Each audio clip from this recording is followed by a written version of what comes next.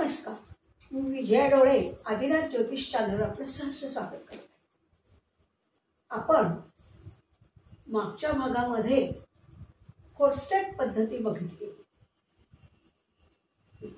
कार्य ग्रह काढताना एक बलाबलाची एक पद्धती पाहिली की बलवान क्रमांक 1, 2, 3 कोणत्या स्तरात नाही येतात ते. आणि मागच्यात आपण आणखी एक पद्धती पाहिली की 4 स्टेप पद्धती. हे 4 स्टेप्समध्ये ती पद्धती आहे. ओके, हे आपण मागच्या याच्यात बघितलं. आणि दशा विचार पाहिला मागच्या याच्यात की जरी कुठंही महादशा अंतर्दशा हे जरी कुठल्याही परिस्थितीत ग्रह हा कुणाचं फळ देतात, त्याच्या नक्षत्र स्वामीचं फळ देतो. नक्षत्र स्वामी जिथे असेल तो आणि त्याच्या राशीचं फळ देतो. ते घटनेच्या त्या संदर्भात घटना घडेल या स्थानांची माहिती देतं. परंतु घटना होकारार्थ निर्णय असेल हे मात्र त्या ग्रहाचा सब ठरवतो. ओके, हे आपण अभ्यासले. आणि जो सब आहे तो ज्या नक्षत्रात आहे तो नक्षत्र स्वामी कोण आहे, तो कशा कशाचा कार्य शोधतोय, ही म्हणजे 4 स्टेप पद्धती. ओके, समजा घटना घडणार आहे, फायनल आहे, सब हो म्हणतोय, त्यासाठी त्या महादशा अंतर्दशा यायला पाहिजे आयुष्यात. हे तितकंच महत्त्वाचं आहे. हे आपण मागच्या याच्यात अभ्यासत आहे. दशा विचार मागच्या याच्यात अभ्यासलाय. तर आता आपण आज काय अभ्यासणार आहोत, तर ही घटना कधी घडणार हे आपण आज अभ्यासणार आहे. कृष्णमूर्ती पद्धती ही अचूक निर्णयासाठी प्रसिद्ध आहे. कृष्णमूर्ती पद्धती ही 3 दिवसात 7 दिवसात ह्यानुसार ती निर्णय देते. घटना ह्या 2 दिवसात घडेल, ह्या 3 दिवसात घडेल असा आपण निर्णय देऊ शकतो. तारीख सुद्धा काढून देऊ शकतो. इतका अचूक निर्णय देण्याची क्षमता कृष्णमूर्ती पद्धतीत आहे. तर मग ती कशी काढायची बघूयात आता आपण. आज ते अभ्यासूयात. घटना शुक्र महादशेत होणार आहे. फायनल केलं आपण या महादशेत आणि ह्या अंतर्दशेत घटना घडणार आहे हे आपण ठरवलं. शुक्राची महादशा चंद्राची अंतर्दशा घेऊयात असं ठरवलं. तर मग काय असतं, घटना घडण्यासाठी काय लागतं, महादशा अंतर्दशा लागतात हे आपल्याला माहीत आहे. तर कोणताही ग्रह महादशेच्या राशीतून जावं लागतं आणि अंतर्दशेच्या नक्षत्रातून जावं लागतं, तेव्हा ती घटना घडते. हा नियम आहे कृष्णमूर्तीचा. म्हणजे आपण आता काय ठरवलंय, शुक्राच्या महादशेत चंद्राच्या अंतर्दशेत घटना घडेल. हो की नाही. मग शुक्राच्या महादशा म्हणजे शुक्राच्या 2 राशी बघायला लागतील. कोणत्या 2 राशी, वृषभ आणि तुळ. आता चंद्र, कारण रवी कोणताही ग्रह म्हणजे आपण कृष्णमूर्ती सरांनी रवी हा घेतलाय. कोणत्याही ग्रहामध्ये रवी हा येतोच. रवी का बरं घेतला आपण, तर रवी हा ग्रह ठराविक राशीतून ठराविक नक्षत्रातून ठराविक वेळेला जातो. तसं इतर ग्रहांचं कधी फिक्स नसतं. फक्त रवी हा ग्रहच ठराविक दिवशी ठराविक राशीत ठराविक नक्षत्रात असतो. त्यामुळे आपण रवी हा गृहीत धरलेला आहे. तर मग घटना घडताना काय होईल, वृषभ राशीतून किंवा तुळ राशीतून रवी जाईल त्यावेळेला घटना घडेल. पण त्यात नक्षत्र कोणाचं पाहिजे, अंतर्दशा स्वामीचं. अंतर्दशा स्वामी कोण आहे बरं, चंद्र आहे. ओके, मग चंद्राच्या नक्षत्र कोणती आहेत, आठवा बरं. चंद्राचं पहिलं नक्षत्र रोहिणी, दुसरं नक्षत्र हस्त आणि तिसरं नक्षत्र श्रवण. ही 3 नक्षत्र चंद्राचे. ह्या 3 नक्षत्रापैकी ह्या 2 राशीमध्ये कुठलं नक्षत्र बसतंय ते आधी बघणार. म्हणजे वृषभ राशीमध्ये याचं नक्षत्र आहे का, रोहिणी, हस्त आणि तिसरं कुठलं आहे, श्रवण. तर हो, रोहिणी हे वृषभ राशीमध्ये आहे. म्हणजे कशी घटना घडेल, जेव्हा रवी हा शुक्राच्या वृषभ राशीतून जाईल व रोहिणीच्या नक्षत्रातून जेव्हा तो भ्रमण करेल, तो जो पिरियड असेल त्या पिरियडमध्ये ती घटना घडेल. येते का लक्षात. ते आपण काय केलं, रवी हा कुठे जी महादशा स्वामी आहे ज्याची, त्याच्या 2 राशी पाहिल्या. त्या 2 राशीमध्ये ज्याच्यात अंतर्दशा ज्याची असेल त्याचं नक्षत्र आहे का पाहिलं. ज्या अंतर्दशेत ज्या अंतर्दशेचं ग्रहाचे नक्षत्र असेल त्या राशीमध्ये महादशा स्वामीच्या याच्यामध्ये ती आपण निवडली आणि त्याच्यातून जेव्हा रवी जाईल राशीतून, महादशेच्या स्वामीच्या राशीतून आणि अंतर्दशा स्वामीच्या कोणातून नक्षत्रातून जाईल, तेव्हा ती घटना घडेल. आल्या का लक्षात? हां, आता मी पेपर लावते त्याच्याला आणखी तुमच्या सगळं लक्षात. आता ह्याच्यात सुद्धा कशात ही जोडी झाली हो की नाही. म्हणजे अंतर्दशा महादशा, महादशा अंतर्दशा, असे ग्रह हे किती आहेत? 9 ग्रह आहेत. 9 अंतर्दशाचे 9 ग्रह आणि महादशाचे 9 गुणिले 9 म्हणजे 81 जोड्या होतात अशा. पण काही जोड्या अशा पण असतात की त्यात अंतर्दशेत घटना घडणार आहे पण अंतर्दशाचं नक्षत्र त्या महादशेच्या स्वामीमध्ये नाही. अशा वेळेला आपल्याला त्या वेगळ्या 37 जोड्या सुद्धा आपण वेगळ्या काढलेल्या आहेत, त्या पण आज आपण बघणार. हां, मी आता पेपर लावते. सूक्ष्म कालनिर्णय. घटनेचा अचूक कालनिर्णय देणे हे केपीचे खास वैशिष्ट्य आहे. महादशा, अंतर्दशा, विदशा कशा निवडाव्यात हे आपण पाहिले. तारखेपर्यंत जाण्यासाठी गोचर ग्रहणाची पद्धती बघावी लागते. ज्या ग्रहाच्या महादशेत व अंतर्दशेत एखादी घटना घडेल त्या महादशा स्वामीच्या मालकीच्या राशीतून व अंतर्दशा स्वामीच्या मालकीच्या नक्षत्रातून जेव्हा एखादा ग्रह जाईल तेव्हाच त्या महादशा अंतर्दशा स्वामीने निर्देशित केलेल्या घटना घडतात असा सर्वसाधारण नियम आहे. समजा शुक्र महादशेत चंद्र अंतर्दशा असताना एखादी घटना घडेल असे आपण निश्चित केले तर ती घटना केव्हा होईल हे पाहताना ज्या कालखंडात शुक्र महादशा चंद्र अंतर्दशा आहे जेव्हा एखादा ग्रह शुक्राच्या वृषभ राशीतून व चंद्राच्या रोहिणी नक्षत्रातून जाईल तेव्हा एखादा ग्रह वृषभ राशीत 10 अंशापासून 23 अंश 20 कला या विभागात गोचरी येईल तेव्हा ती घटना घडेल. एखादा ग्रह याचा अर्थ कोणताही ग्रह. म्हणून कृष्णमूर्ती सरांनी रवी या ग्रहाचा प्राधान्याने विचार केला कारण कोणताही ग्रह यात रवी ग्रह येतो. तसेच रवीचे भ्रमण हे ठराविक तारखेला ठराविक राशीतून ठराविक नक्षत्रातून असते.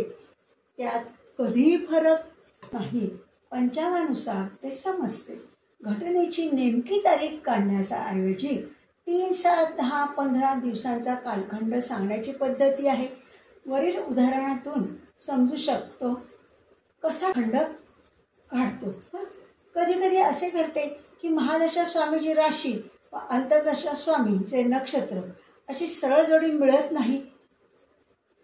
जर गुरु महादशेत चंद्र अंतर्दशा दशेत घटना घडणार असेल तर आपण म्हणू की रवी जेव्हा गुरुच्या राशीत व चंद्राच्या नक्षत्रात असेल तेव्हा घटना घडेल.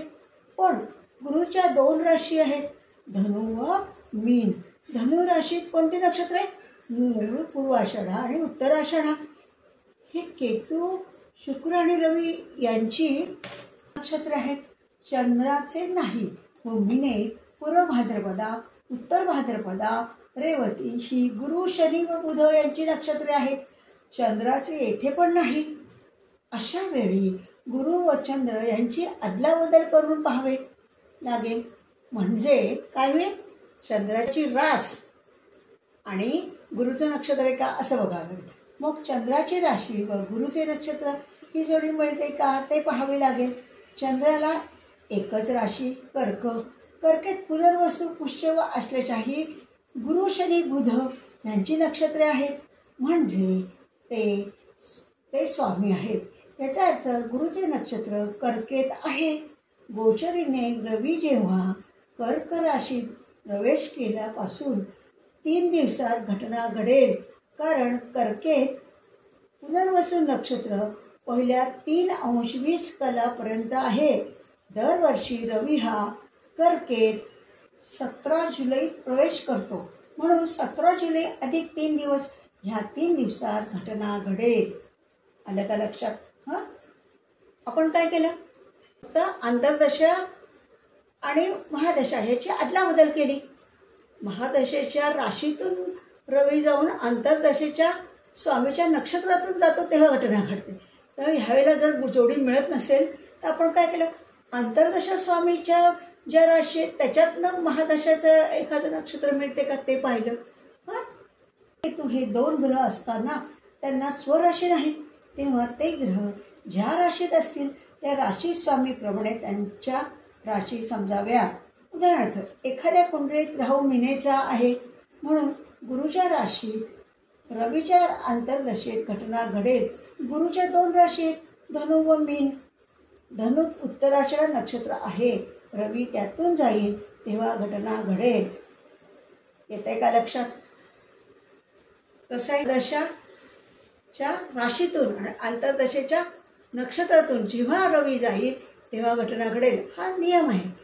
पण एखाद्या वेळेला महादशाच्या ज्या 2 महादशा स्वामीच्या ज्या राशी 2 आहेत नवी आहे त्याची नक्षत्रच नसतील तर मग अदलाबदल करायला लागेल.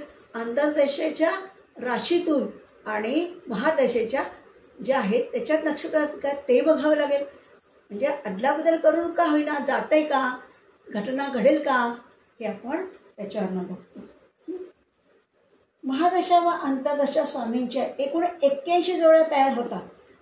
कारण महादशा स्वामी 9 आहेत व पुन्हा अंतर्दशा स्वामीसुद्धा 9च आहे. हां, स्वामी आहेत म्हणून 9 × 9 बरोबर 81 जोड्या होतात. पण ह्या उपरोक्त 37 जोड्या आहेत. या 37 जोड्यामध्ये घटना घडणार असेल तर काल निर्णय करताना रुलिंग प्लॅनेटची मदत घ्यावी लागते. कोणतीच जोडी काम करत नसेल तर रुलिंग प्लॅनेटची आवश्यकता भासते. आता आपण 37 जोड्या मी वाचून दाखवते कोणकोणत्या आहेत ते बघूया. महादशा व अंतर्दशा यांच्या 37 जोड्या. यांना रुलिंग प्लॅनेटची गरज लागेल कारण ह्याच्यात त्यांची नक्षत्र, त्या राशी नक्षत्र ह्यांच्या जोड्या जमत नाहीत.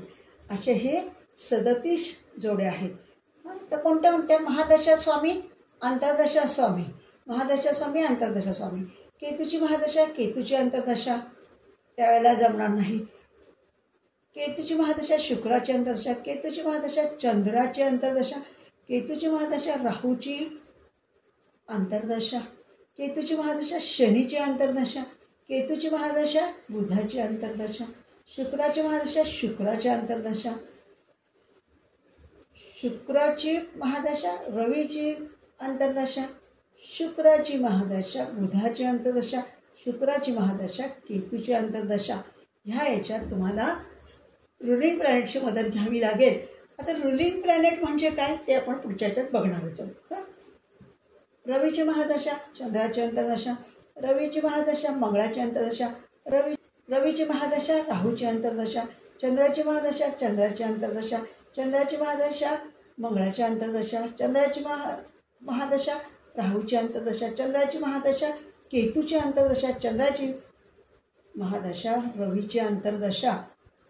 मंगळाची महादशा, मंगळाची अंतर्दशा, मंगळाची महादशा, राहूची अंतर्दशा, मंगळाची महादशा, रवीची अंतर्दशा, मंगळाची महादशा, चंद्राची अंतर्दशा, राहूची महादशा, राहूची अंतर्दशा, राहूची महादशा, गुरुची अंतर्दशा, राहूची महादशा, केतूची अंतर्दशा, राहूची महादशा, रवीची अंतर्दशा, राहूची महादशा, चंद्राची अंतर्दशा, राहूची महादशा, मंगळाची अंतर्दशा, ची महादशा, राहूची अंतर्दशा, शनीची महादशा, रवीची अंतर्दशा, शनीची महादशा, बुधाची अंतर्दशा, शनीची महादशा, केतूची अंतर्दशा, शनीची महादशा, शुक्राची अंतर्दशा, बुधाची महादशा, बुधाची अंतर्दशा, बुधाची महादशा, केतूची अंतर्दशा, बुधाची महादशा, शुक्राची अंतर्दशा, बुधाची महादशा, शनीची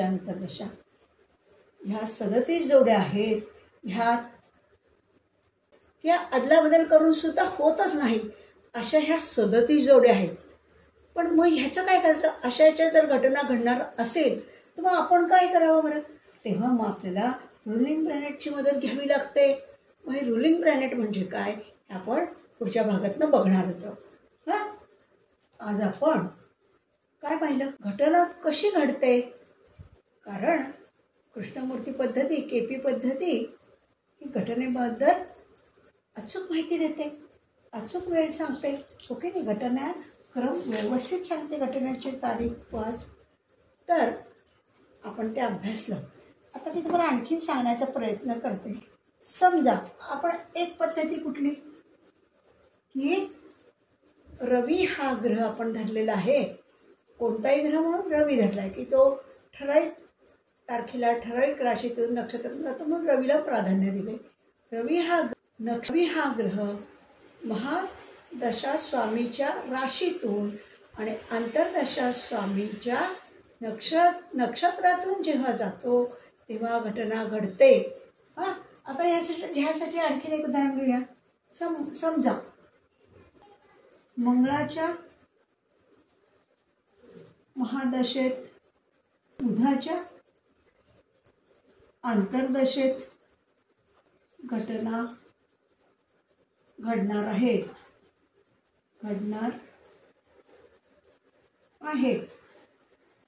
आपण कसं बघणार सांगा बरं? आपण बघणार रवी हा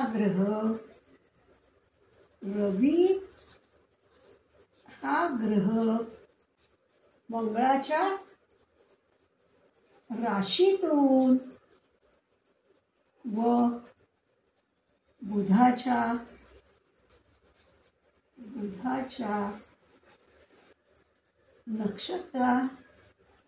नक्षत्राच्या अंतर्दशेतून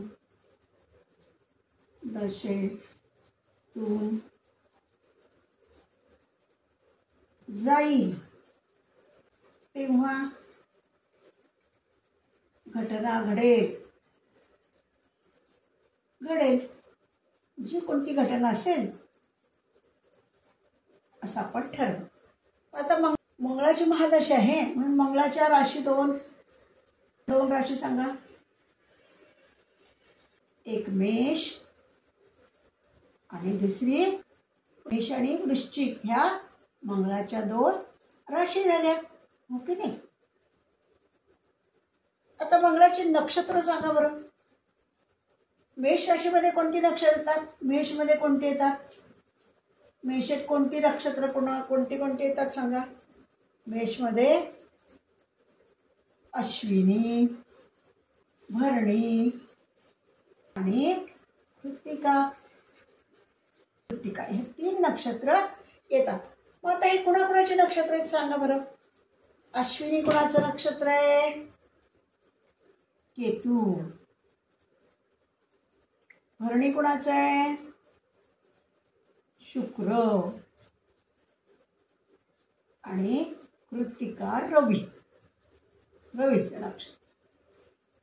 ही झाली आपली पहिली माहिती झाली.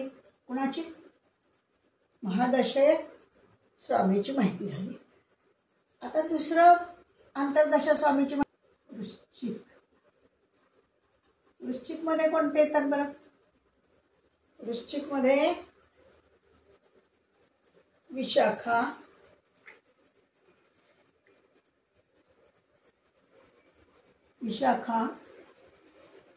गुरुच आहे. गुरु. नंतर अनुराधा हे शनीचं आहे. आणि तिसरं आहे ज्येष्ठा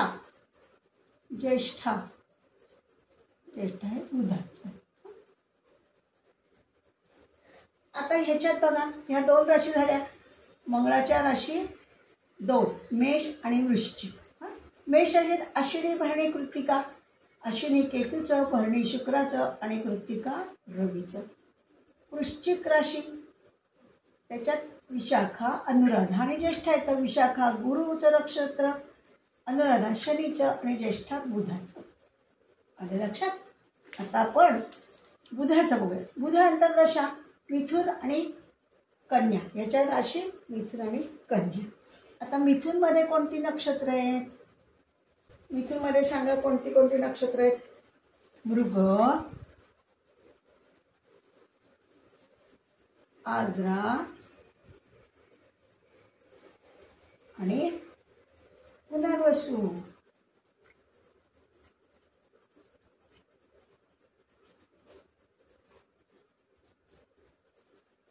मग हे कोणाचं आहे?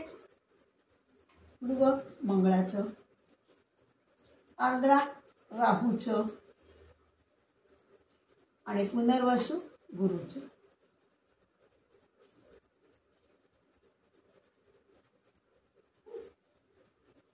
आता मिथुन झाली. कन्यात कोण आहे बघा? कन्यात कोण? उत्तरा, उत्तरा, हस्त आणि कोणता? उत्तरा, हस्त आणि चित्रा. चित्रा. आता उत्तराचा कोण स्वामी? रवी. हस्ताचा स्वामी चंद्र आणि चित्राचा स्वामी मंगळ. आता आपण काय केलं? पहिल्यांदा सगळे प्राथमिक ज्या महादशा आणि ज्या अंतर्दशा आहेत त्यांची राशी आणि नक्षत्र सगळं लिहून घेतलं. आता बघा, हा महादशा स्वामी कोण आहे? मंगळ आहे. म्हणजे रवी कोणाच्या राशीतून जाईल? मंगळाच्या राशीतून जाईल. आणि अंतर्दशा कोणाची? बुधाची. बुधाचं नक्षत्र कोणतं आहे? मंगळाच्या याच्यात बुधाचं नक्षत्र येतं का बघूयात बरं आपण. आता मंगळाच्या 2 राशी, अश्विनी मेषम, अश्विनी भरणी आणि कृत्तिका. त्याच्यात केतूचं नक्षत्र अश्विनी, भरणी शुक्राचं आणि कृत्तिका रवीचं. मग ह्याच्यातून जाईल का? मेष राशीतून जाताना घटना घडेल का? नाही, कारण बुधाचं नक्षत्र नाही. मग वृश्चिक राशी बघूयात. वृश्चिक राशीमध्ये विशाखा, अनुराधा आणि ज्येष्ठा. विशाखा हे गुरुचं नक्षत्र आहे, अनुराधा हे शनीचं नक्षत्र आहे आणि ज्येष्ठा हे बुधाचं नक्षत्र आहे. याचा अर्थ काय होईल? मंगळाच्या रवी हा मंगळाच्या वृश्चिक राशीतून जात असताना बुधाच्या ज्येष्ठा नक्षत्रातून जाईल. त्यावेळेला घटना घडेल. आलं का लक्षात? ही सरळ सरळ जोडी मिळाली आपल्याला. महादशा आणि अंतर्दशाची सरळ जोडी मिळाली. महादशेच्या ह्याच्यातच राशीत तुम्हाला अंतर्दशेचं नक्षत्र मिळून गेलं ज्येष्ठा. त्यामुळे मंगळाच्या महादशेत वृश्चिक राशीतून रवी जाईल आणि ज्येष्ठा नक्षत्रातून रवी जाईल, तेव्हा घटना घडेल. आलं का लक्षात? मेषेतून जाईल तेव्हा घटना घडेल का? नाही. का? तर बुधाचं नक्षत्र ह्याच्यात नाही. ह्याच्यात केतू, शुक्र आणि रवीचं नक्षत्र आहे. वृश्चिक राशीमध्ये मात्र ज्येष्ठा हे बुधाचं नक्षत्र आलंय. म्हणून रवी हा वृश्चिक राशीतून जाऊन ज्येष्ठा नक्षत्रातून पण जाईल, त्याच वेळेला घटना घडेल. ही आपल्याला सरळ सरळ जोडी मिळाली. आलं का नाही लक्षात? आता आपण एक पद्धती बघितली, सरळ सरळ जोडी मिळाली. पण एखाद्या वेळेला महादशे स्वामीच्या नक्षत्रात दशा स्वामीची नक्षत्रच नसेल तर आपल्याला अदलाबदली करायला लागतं. अंतर्दशाच्या राशीतून आणि महादशेच्या नक्षत्रातून करावं लागतं. तर हे उदाहरण आपण बघूया. आता समजा काय करूयात, गुरुच्या महादशेतून व अंतर्दशेतून घटना घडेल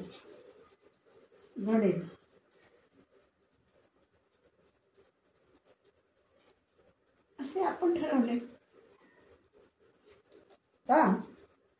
बघा, गुरुची महादशा. आता गुरुचे डिटेल्स घेऊया. महादशा कुणाची? महादशा गुरुची. मग त्याच्या 2 राशी कोणत्या? धनु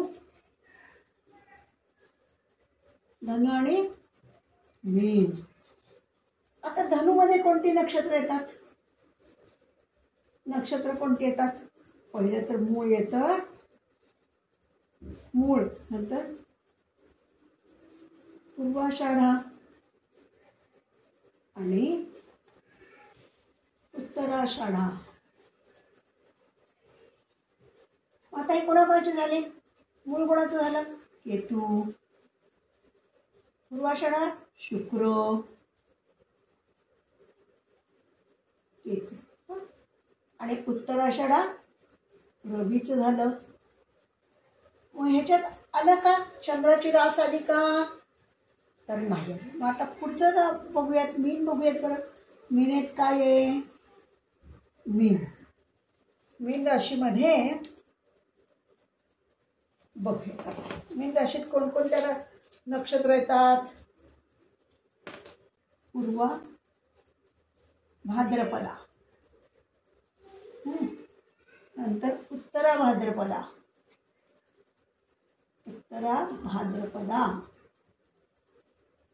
आणि रेवती.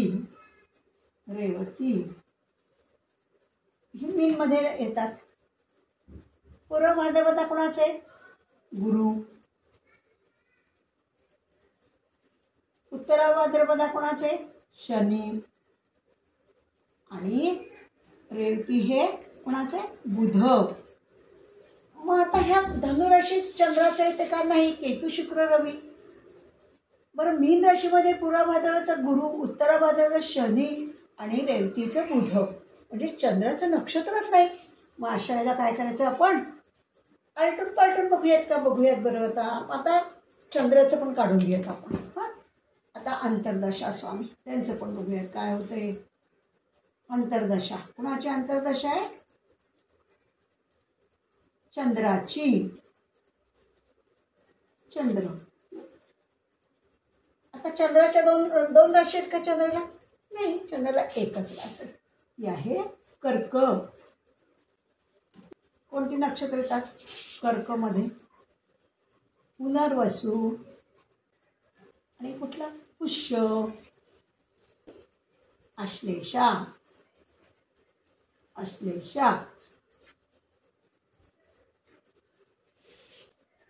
कोण आहे स्वामी नक्षत्र? गुरु. पुष्यचं कोण आहे? शनी. आणि आश्लेषाचं कोण आहे? बुध.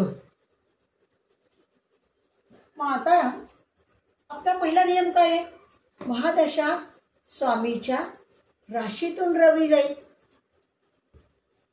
म्हणजे धनुराशीतून किंवा मीन राशीतून रवी जायला पाहिजे गुरुच्या.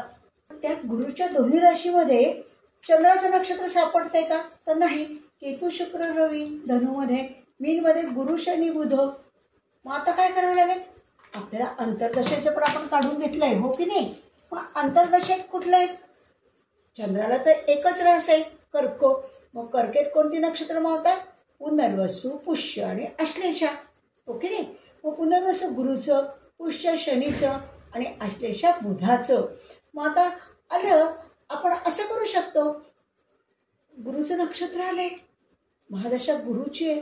मग आपण समजा बदल केली. महादशेच्या राशीतून रवी जाण्याऐवजी अंतर्दशा स्वामी जो आहे त्याच्या राशीतून रवी गेला आणि त्यात गुरुचं नक्षत्र आहे का बघणार आहे का? मग अशा वेळेला काय होईल? रवी हा चंद्राच्या कर्क राशीतून जाईल आणि त्यातला पुनर्वसू नक्षत्रातून जाईल. तेव्हा घटना घडेल. आपण गुरु हा नक्षत्र स्वामी घेतला आणि हे पण आपल्याला कर्क राशी चंद्राची घ्यायला लागली, अदलाबदल केलं, ओके नाही? या महादशा आणि अंतर्दशा, महादशेची राशी घेतो आणि अंतर्दशेचं नक्षत्र घेतो. पण महादशेच्या स्वामीच्या राशीतनं जर अंतर्दशेच्या स्वामीचं नक्षत्रच नसेल तर मग उलट घ्यायचं. अंतर्दशा ज्याची आहे त्याच्या राशी मांडायच्या, त्याची नक्षत्र मांडायची आणि त्याच्यात जर महादशेचं नक्षत्र असेल तर त्याच्यातून जेव्हा रवी जाईल तेव्हा घटना घडेल. हा दुसरा प्रकार झाला घटना घडताना. सरळ सरळ जोडी नाही मिळाली. अंतर्दशा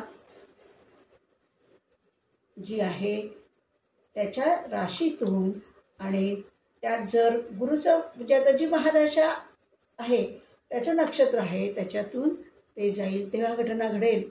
अशा 2 प्रकार आपण आज पाहिले आणि 37 जोड्या ज्या पाहिल्या आपण त्यासाठी तर मात्र आपल्याला अंतर्दशा महादशा ही कुठलीच जोडी मिळू शकत नाही.